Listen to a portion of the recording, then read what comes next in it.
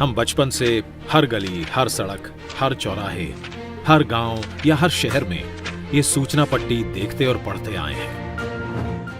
हमने ये भी देखा है कि एक सड़क बनने के बाद संबंधित विभाग को याद आता है कि यहां तो ऑप्टिकल फाइबर लगाना बाकी था, या कुछ दिनों बाद गैस पाइपलाइन बिछाने के लिए फिर से खुदाई शुरू हो जाती है। कहीं सड़क और रेल तो पहुंच जाती है, लेकिन इन दोनों को जोड़ने के लिए आवश्यक लास्ट माइल कनेक्टिविटी नहीं पहुंच पाती। इन सभी के पीछे सबसे बड़ा कारण है कि अलग अलग विभाग अलग अलग काम करते रहते हैं, और इन सब का परिणाम प्रोजेक्ट के पूरा होने में देरी, लागत में वृद्धि और आम जनता को परेशानी। ऐसा भी देखा गया है कि एक प्रोजेक्ट तो पूरा हो गया, लेकिन दूसरे प्रोजेक्ट के साथ कोऑर्डिनेशन के अभाव से जनसामान्य को उसका पूरा लाभ नहीं मिल पाता है। आइए इसे एक उदाहरण द्वारा समझते हैं। एक फर्टिलाइजर प्लांट तो स्थापित हुआ, लेकिन उस तक गैस पाइपलाइन की व्यवस्था नहीं की गई। गैस पाइपलाइन की अनुपलब्धता के कारण वो प्लांट पूरी तरह से उपयोग में नहीं लाया जा सका, जिससे करोड़ों की लागत से बने उस प्लांट का पूरा लाभ जन सामान्य तक नहीं पहुंच सका। इसी प्रकार सड़क निर्माण का काम कई एजेंसियां करती हैं। जैसे प्रमुख राजमार्गों का निर्माण NHAI करती है।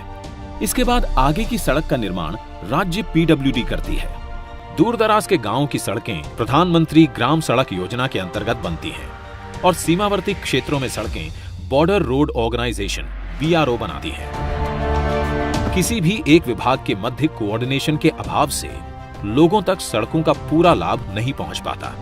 सरकार ने देखा कि इंटर डिपार्टमेंटल कोऑर्डिनेशन के अभाव से प्रोजेक्ट कंप्लीशन में बहुत विलंब होता आया है।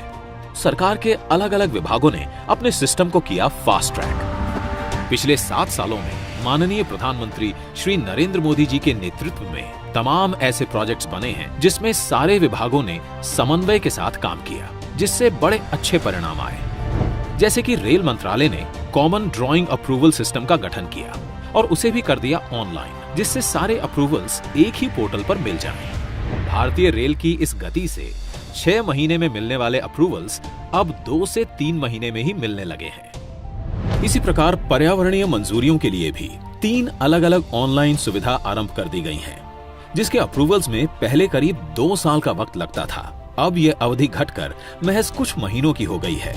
रोड परिवहन ने नए नेशनल हाईवे और एक्सप्रेसवे के राइट ऑफ वे के एक्विजिशन के साथ यूटिलिटी कॉरिडोर का एक्विजिशन करना शुरू कर दिया है, जिससे सड़क के साथ साथ optic fibre cable, telephone, power cables को भी साथ में बिछाया जा सके और उसके लिए अलग से राइट ऑफ वे एक्विजिशन करने की जरूरत ना पड़े।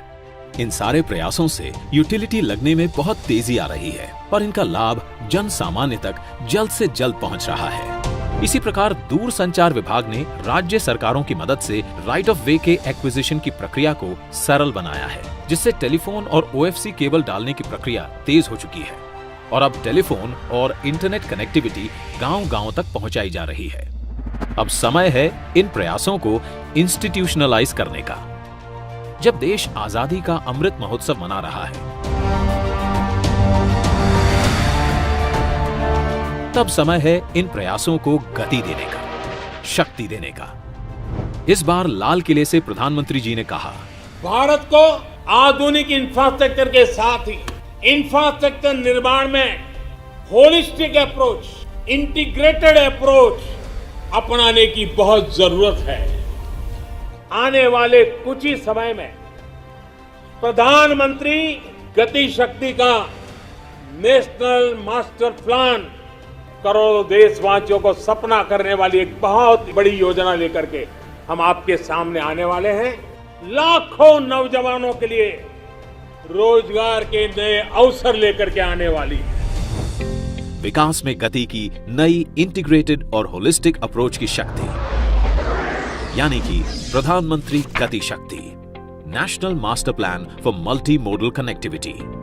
इसके अंतर्गत इसरो द्वारा विकसित BISAG-N इंटीग्रेटेड पोर्टल पर 16 मंत्रालयों को जोड़ने वाले 200 से ज्यादा लेयर्स काम कर रहे हैं, जिससे सभी विभागों को एक दूसरे के काम की मिलेगी विजिबिलिटी। PM गति शक्ति योजना द्वारा रेल, रोड, पोर्ट और सिविल एविएशन सभी आ जाएंगे एक बड़े अम्ब्रेला प्लान के तहत। अब पोर्टल के माध्यम से किसी भी विकास एवं निर्माण कार्य में सभी स्टेक होल्डर्स के बीच समन्वय होगा, जिसके तहत एक ऐसी व्यवस्था बनाई गई है कि सभी ग्रुप में एक साथ बैठकर बेहतर प्लानिंग कर सकेंगे। इससे लैंड एक्विजिशन के साथ साथ काम भी एक साथ होगा, तो परियोजनाओं की लागत में भी कमी आएगी। केंद्र सरकार से लेकर राज्य सरकार के विभागों तक, लोकल अर्बन बॉडी से लेकर निजी कंपनियों तक, सभी में होगा ऐसा तालमेल जो आज तक कभी नहीं देखा गया।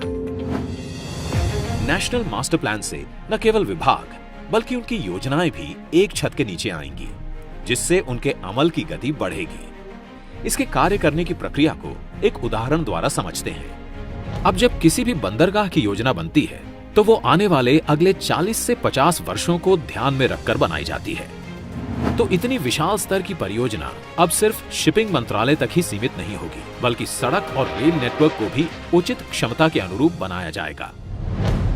नेशनल मास्टर प्लान से ये भी पता लगाया जा सकता है कि कहां पर सड़क बनी है और कहां पर नई सड़क के निर्माण की आवश्यकता है। नेशनल मास्टर प्लान में हर मंत्रालय का डेटा निरंतर अपडेट होता रहेगा। यही नहीं, नेशनल मास्टर प्लान द्वारा किसी भी सामान को गंतव्य स्थान तक पहुंचाने के लिए सही मार्ग और किराए का चयन किया जा सकता है। एम्प्टी फ्लो डायरेक्शंस में ग्राहकों द्वारा माल ढुलाई में विशेष छूट ली जा सकेगी। मास्टर प्लान से संसाधनों का सर्वोत्तम उपयोग होगा, तभी तो पश्चिम भारत के प्लांट से आई खाद उत्तरी क्षेत्रों के खेतों को लहलहाएगी और किसानों में खुशहाली लाएगी।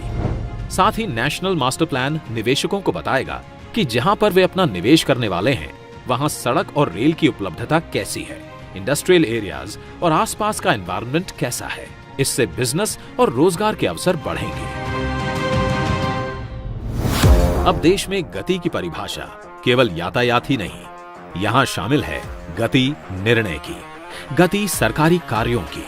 इस प्लान को गति मिलते ही भारत में ऐसा इंफ्रास्ट्रक्चर आकार लेगा जिससे रेल से रोड पूरक हो, रोड से सी पोर्ट पूरक हो, सी पोर्ट से पोर्ट पूरक हो, ताकि रोड, रेल, बिजली, optic fibre cable, gas pipeline जैसी सुविधाओं से देश का कोई कोना वंचित ना रहे।